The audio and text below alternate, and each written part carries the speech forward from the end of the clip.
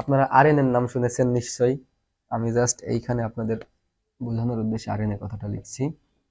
এখন আপনারাই বলুন আরএনএ এর ফুল মিনিং কি? Ribo nucleic acid. তো আমাদের আজকের আলোচনা কি? DNA, deoxy ribo nucleic acid. তো আমরা যদি এইখান থেকে একটি অক্সিজেন জাস্ট লিক করে দিই, তো মেডিকেল সায়েন্স থেকে যখন আমরা কোনো কিছু মেডিকেল সায়েন্সের ভাষায় বের করে দিই সেটাকে আমরা বলি ডি। তাহলে এখান থেকে আমরা একটা অক্সিজেন বের করে দিলে এটা হচ্ছে ডি অক্সি। তাহলে আমাদের কাঙ্ক্ষিত স্ট্রাকচারের নাম হচ্ছে ডিঅক্সি রাইবোনিউক্লিক অ্যাসিড বা ডিএনএ। তাহলে কিন্তু মোটামুটি আমরা ডিএনএ তৈরির পথে চলে এসেছি অনেকটা। এখন দেখবো আমাদের বাকি স্টোরিটা। চলুন শুরু করি। সেটি হচ্ছে আমরা যে নতুন স্ট্রাকচার পেয়েছি, আমি এখন আর এই কার্বন পজিশন বা এত কিছু দিতে চাচ্ছি না, এগুলো আপনারা একটু দেখে নেবেন। যেহেতু বোর্ডের জায়গা কম, আমাকে আর কি একটু স্যাক্রিফাইস করতেই হবে জায়গা স্বল্পতার কারণে। সেটি হচ্ছে মোটামুটি আমি এগুলাকে ক্লিন করি। আপনারা নোট রাখবেন বা মাথায় রাখবেন। মাথায় রাখাই বেটার, কারণ আমাদের ব্রেন হচ্ছে 10 লক্ষ ন্যানো কম্পিউটারের চেয়ে বেশি শক্তিশালী। ওকে, তাহলে আমরা পেয়েছিলাম নাইট্রোজেন বেস এবং পেন্টোজ সুগার, যেটা মূলত ডিঅক্সি। আচ্ছা, তো এইখানে আমি কিছু নাইট্রোজেন বেস বসাতে চাচ্ছি। যেমন ফার্স্ট থেকে অ্যাডিনিন, গুয়ানিন, সাইটোসিন, থাইমিন। তো আমরা আমাদের পেন্টোজ যে সুগার মলিকুলের সাথে জাস্ট, আপনারা জানেন সুগার খুব স্টিকি জিনিস। যে কোনো জিনিস মেডিকেল সায়েন্স বা আমাদের বায়োলজি বডিতে যদি স্টিক করতে হয় সেখানে সুগারের প্রয়োজন হয়। আর সুগারের প্রয়োজন এই জন্যই বেশি যে সুগার খুব ইজিলি অ্যাভেলেবেল। আপনি প্রোটিন দিতে গেলে কিন্তু পারবেন না, কারণ আপনি যদি এতগুলা প্রোটিন খেতে চান তাহলে আপনার সারা দিন খেতে হবে এবং আপনার জমি জমা যা আছে সব বিক্রি করে দিয়ে খেতে হবে। তাহলে আপনি আপনার লাইফের অন্যান্য কাজ আর করতে পারবেন না। ওকে, তাহলে সুগার মলিকুলের সাথে আমরা নাইট্রোজেন বেস সাইডে যুক্ত করে দিব। তো ফার্স্ট সুগার মলিকুলের সাথে নাইট্রোজেন বেস অ্যাডিনিন যুক্ত করেছি। তাহলে এইটার নাম কি আসতে পারে আপনারা একটু বলুন তো। তো দেখি আমরা, এটি আসলে অ্যাডিনোসিন। আমরা যেটিকে মূলত এখনো কোনো ফসফেটের সাথে যুক্ত করি নাই, এই জন্য এটিকে আমরা নিউক্লিয় সাইড বলবো। তো এটার নাম আসবে হচ্ছে অ্যাডিনোসিন। এইটা কি আসতে পারে? গুয়ানোসিন। দেন সাইটিডিন, সাইটোসিন না কিন্তু, সাইটিডিন,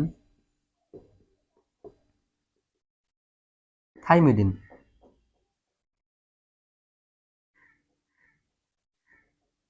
তাহলে আমরা সুগার মলিকুলের জাস্ট সাইডে যখন আমাদের নাইট্রোজেন বেস গুলা অ্যাড করব তখন এইটার নাম চলে আসবে নিউক্লিয়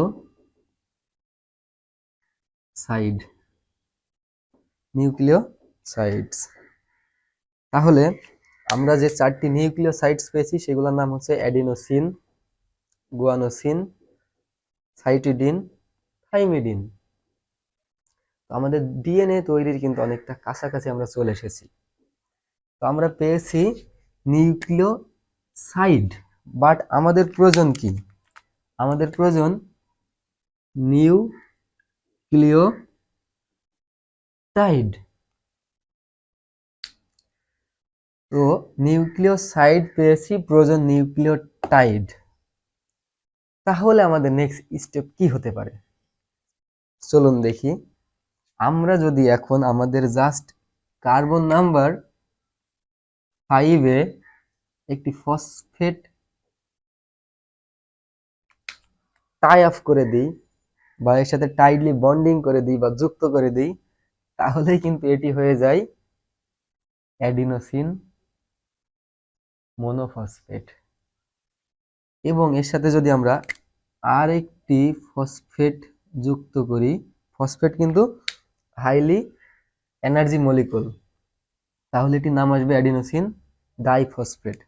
আমরা এর সাথে আরো একটি ফসফেট যুক্ত করলে এর নাম আসবে অ্যাডিনোসিন ট্রাইফসফেট। ঠিক ধরেছেন, যেটাকে আমরা মূলত কি বলি, এটিপি।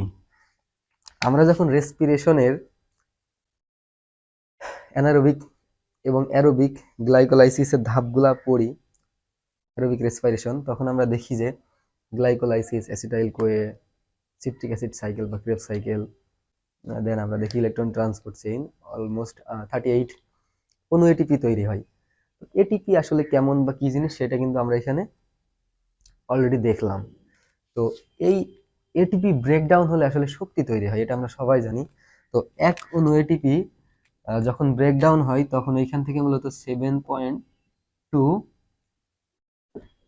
ক্যালোরি শক্তি তাপ আকারে রিলিজ হয়। এখন আপনার মনে প্রশ্ন হইতে পারে, ক্যালোরি কি?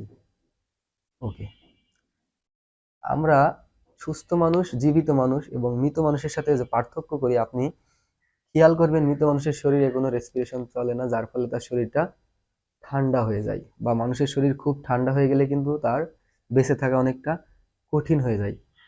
What's the meaning of it? এর মানেটা আসলে কি? শরীর ঠান্ডা হয়ে যাওয়া মানে হচ্ছে নিশ্চয়ই আপনার বডিতে খুব ভালো মতো শক্তি তৈরি হচ্ছে না। তো শক্তি ছাড়া আপনি চলবেন কিভাবে? টাকা ছাড়া যেমন চলা কঠিন, তেমন বডির ভিতরে এটিপি ছাড়াও চলা কঠিন। তো এই যে ক্যালোরি যেটা, সেটা হচ্ছে 1 গ্রাম পানির তাপমাত্রা 1 ডিগ্রি সেলসিয়াস বৃদ্ধি করতে যে পরিমাণ শক্তি প্রয়োজন সেটাকে আমরা বলি 1 ক্যালোরি। ধরুন আপনি 15 ডিগ্রি সেলসিয়াস থেকে পানির তাপমাত্রা 16 ডিগ্রি সেলসিয়াসে পরিণত করবেন। এই ক্ষেত্রে এই যে পানিটাকে গরম করার জন্য বা তাপ বৃদ্ধি করার জন্য যে শক্তি প্রয়োজন সেটাকে আমরা মূলত বলে থাকি 1 ক্যালোরি। ওকে, তাহলে কিন্তু আমরা মূলত এবার যেটা পেয়ে গেছি সেটি হচ্ছে নিউক্লিওটাইড। তো এইভাবে যদি আমরা গুয়ানোসিনের সাথে 3টা ফসফেট দিই, তাহলে জিটিপি বা গুয়ানোসিন ট্রাইফসফেট, সাইটোসিন ট্রাইফসফেট এবং থাইমিডিন ট্রাইফসফেট, এগুলো আমি আর ওইভাবে এক্সপ্লেইন করলাম না। আমাদের উদ্দেশ্য ছিল ডিএনএ তৈরি করব। তো ডিএনএটা আসলে কি আমি কিন্তু এখনো সংজ্ঞাটাই বলিনি। ডিএনএ হচ্ছে linear unbranched polymer of nucleotide. Linear অর্থাৎ সরল রৈখিক, আনব্রাঞ্চড কোনো শাখা হবে না, পলিমার অনেকগুলা একসাথে যখন নিউক্লিওটাইড যুক্ত হবে এবং সেটা যখন স্ট্র্যান্ড তৈরি করবে, অ্যান্টি প্যারালাল স্ট্র্যান্ড এবং একে অপরের সাথে কমপ্লিমেন্টারি, ওই যে নাইট্রোজেন বেসগুলা, তখন আমরা সেটাকে মূলত বলি ডিএনএ। তো মুখের কথা আসলে কঠিন শোনায়, যেহেতু এটা বইয়ের ভাষা। তো চলুন আমরা আসলে একটা ডিএনএ স্ট্র্যান্ড তৈরি করে আজকে লেকচার শেষ করব। তো আমরা যে জিনিসগুলা পেয়েছি সেগুলা হচ্ছে নিউক্লিওটাইড। তো এইগুলা হচ্ছে মূলত আমাদের নিউক্লিওসাইড। এর সাথে আমরা জাস্ট যুক্ত করছিলাম এইখানে কার্বন নাম্বার 5-এ ফসফেট, যেটা মূলত ট্রিপল ফসফেট ছিল। তো এইটা ছিল আমাদের 3 এন্ড, এটা ছিল 5।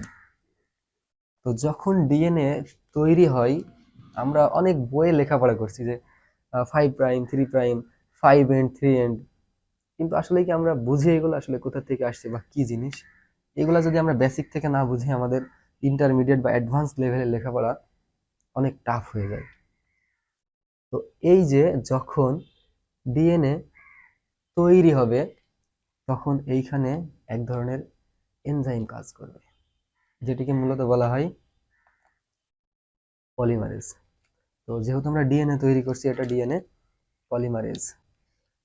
এজ কথাটি থাকলে মেডিকেল সায়েন্সে সেটিকে আপনারা ধরবেন এনজাইম।